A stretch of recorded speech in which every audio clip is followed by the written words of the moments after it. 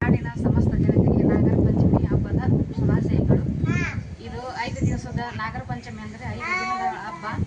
ಇದು ಅಮಾವಾಸ್ಯೆ ಆಗಿ ಮಾರನೇ ದಿವಸ ಪಾಡ್ಯ ಆಗಿಂದ 3ನೇ ದಿವಸ ರೊಟ್ಟಿ ಪಂಚಮಿ ಅಂತ ಇರುತ್ತೆ.